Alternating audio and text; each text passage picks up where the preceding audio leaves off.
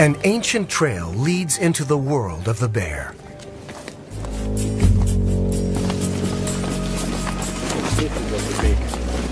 This is a bear trail, it's not a people trail. Yeah, no, there's no people come down here. Years of bear traffic have cut this path through the forest. The bears are out of sight, but their presence is everywhere. You can probably see bear hair still attached. Big knot of bear hair there. To learn where bears roam off the beaten path, Laverne and Jack want to deploy a radio collar. And that means they have to catch a bear.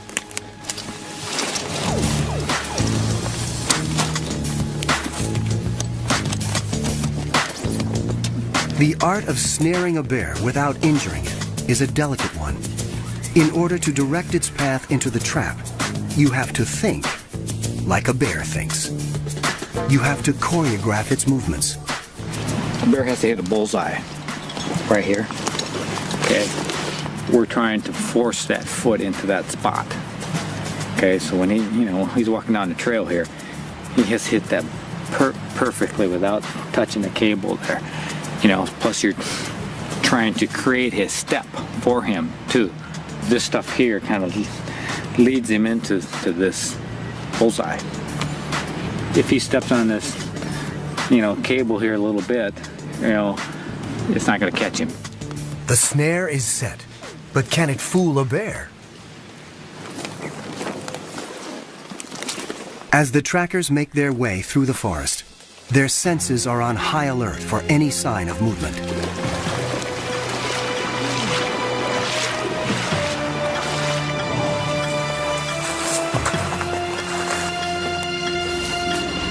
One of their snares has been triggered, but it didn't catch a bear.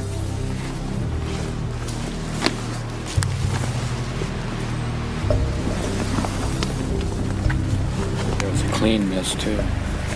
Threw the cable way back there, and pulled it up. This here's been bumped a little, coming that way. It's going that way.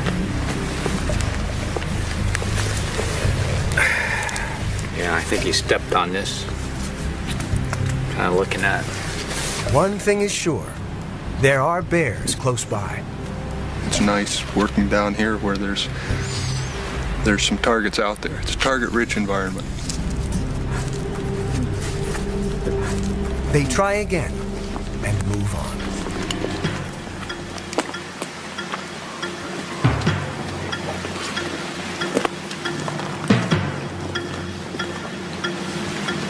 Finally, after hours of tracking bear sign and checking traps, Laverne spots a grizzly in the river near where they've set a snare.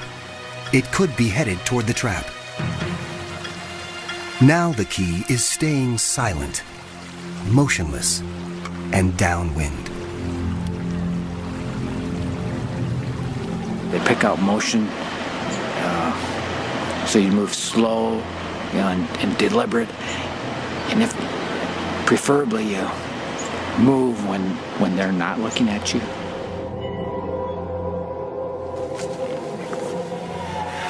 Once this bear has entered the woods, it is virtually invisible. Trying to determine whether the bear knows if we're here or not by the wind. The wind's kind of going right towards it. After nearly 30 minutes, Laverne and Jack hear signs that the bear's been caught. But how firmly the snare has grabbed its foot is unclear. At this point, it's kind of, how is this all going to play out?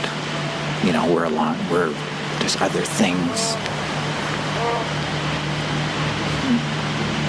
that are going to happen here to determine whether it's a good capture, a bad capture, an ugly capture. A tranquilizer dart is the most gentle way to put a bear to sleep, so they can attach the radio collar and do their research. For now, the animal seems relatively calm. Once the bear definitely discovers that we're here, it could be a different story. The body language could be different. It could become more aggressive. These woodsmen are skilled at keeping their bear encounters from turning violent. Still, they never enter the forest unarmed. Regardless of the size of the bear, they're capable of, injuring and killing people. So It's just prudent to carry a weapon, and in hopes you don't have to use it. White eagle feather is good luck.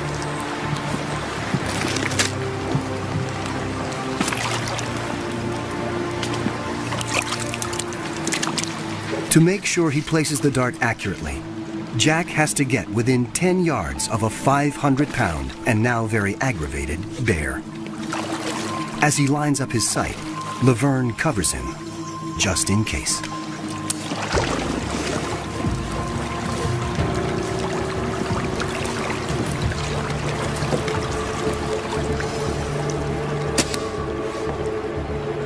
When the bear shifts its position, they can see just how tenuous the snare's grip is. A sudden jerk, and this angry bear could be on them in the blink of an eye.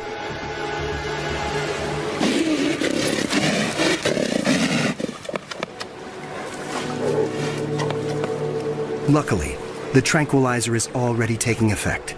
If not, the bear might easily have pulled free. Minutes later, she's out. And the researchers can go to work. But Laverne and Jack know that another bear could be watching them. Their every sense is attuned to movements and sounds coming from the trees. They waste no time. First, a blood sample. Then, the radio collar. Radio tracking is an indispensable tool for assessing the movement patterns of a population of bears. Each collar has a unique frequency, so each bear has a unique frequency. It allows us to hear where she is.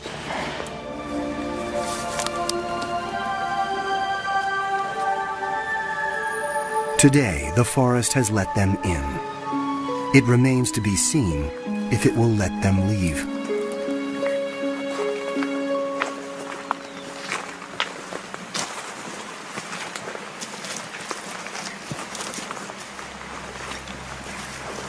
The woods are eerily quiet.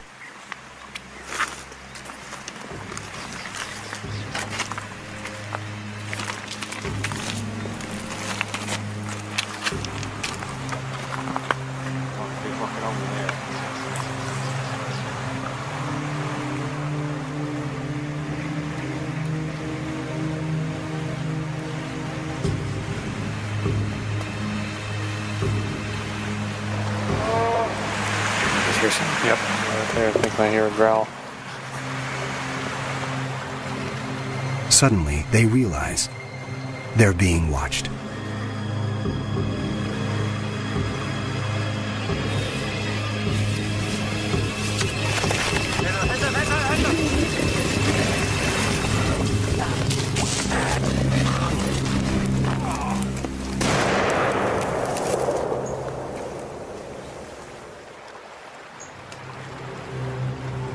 A bear attack.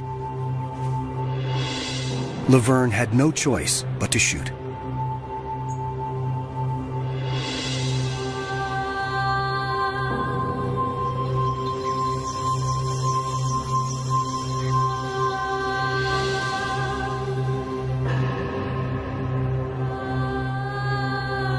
A day that began so auspiciously has ended in heartbreak. The forest let Laverne live, this time, but also forced him to confront a grim reality. Sometimes this work exacts a terrible price.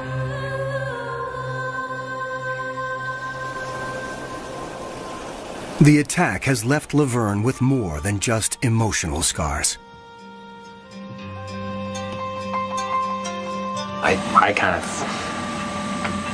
I feel responsible.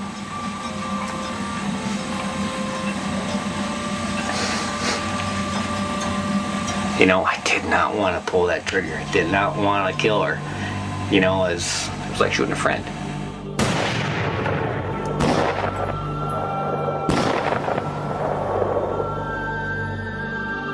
and felt, we're trying to help you. We're trying to help her, help the species. She doesn't know that. And I don't want to shoot you. Can't you understand that, we're not trying to hurt you?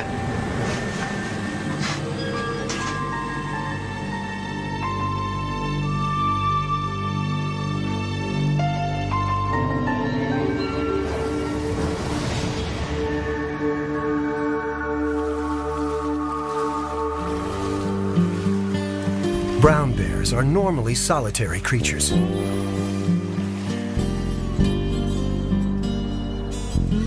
And most of their time is spent finding food and eating.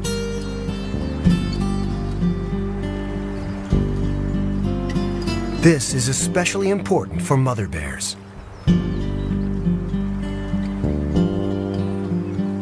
These twins were born during winter.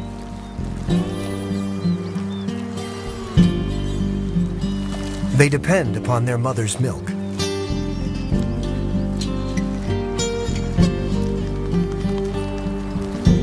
She must find enough food to sustain herself and her family.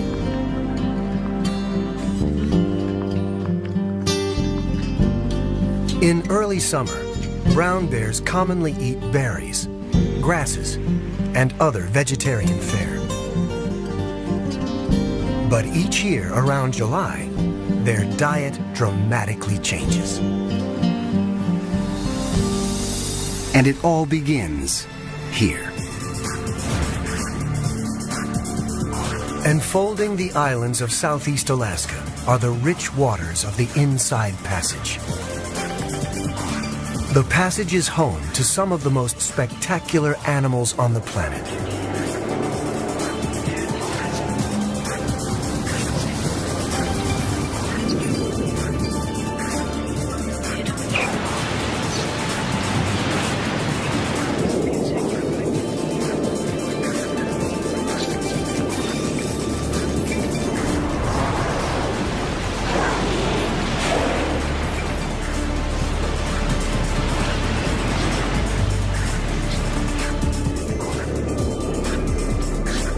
The cold, nutrient-rich waters welling up from the Pacific depths nurture a flourishing food chain.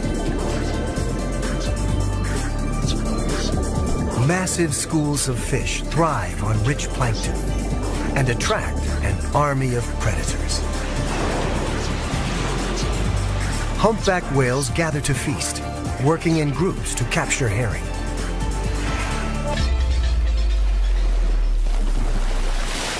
Dall's porpoises rely on speed to catch their prey. But sometimes they are not fast enough to escape this mighty hunter.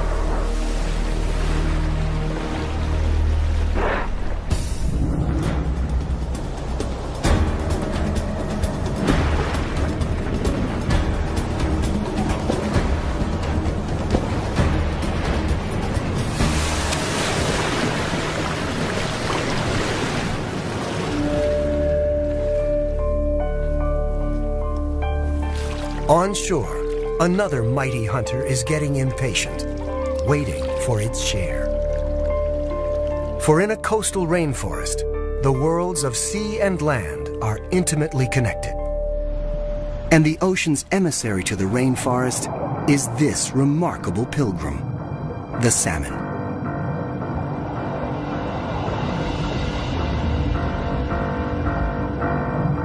Chinook, coho, sockeye, pink, and chum. 5 species of salmon make the long trip back from the ocean to the place of their birth.